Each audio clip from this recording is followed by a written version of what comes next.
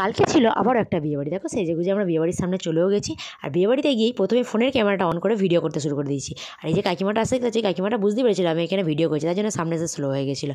আর এই সামনে যিনি যাচ্ছেন ইনি হচ্ছেন আমার শাশুড়ি মা। আর ইনি প্রথমেই চলে গেছিলাম আমরা কনের কাছে, কনের গিফটটা দিতে আর কনেই কেমন হয়েছে সেটা দেখতে। আর এই যে দেখো মা এখানে কনের হাতে গিফটটা দিয়েও দিয়েছে। আর ওইখানে ওর বাড়ির লোকের সাথে কথা বলছিল, সেখানে একটু ভিডিও করেছিলাম। তারপরে চলে গেছিলাম ওর বরের কাছে। ওর বর জানো আমার ছোটোবেলার ক্লাসমেট ছিল। এখানে ওর বরের সাথে খানিকক্ষণ গল্প করে চলে গেছিলাম আমরা খাওয়া দাওয়ার প্যান্ডেলে। সেখানে খাওয়া দাওয়া করতে করতে একটু আধটু ভিডিও করে নিয়েছিলাম।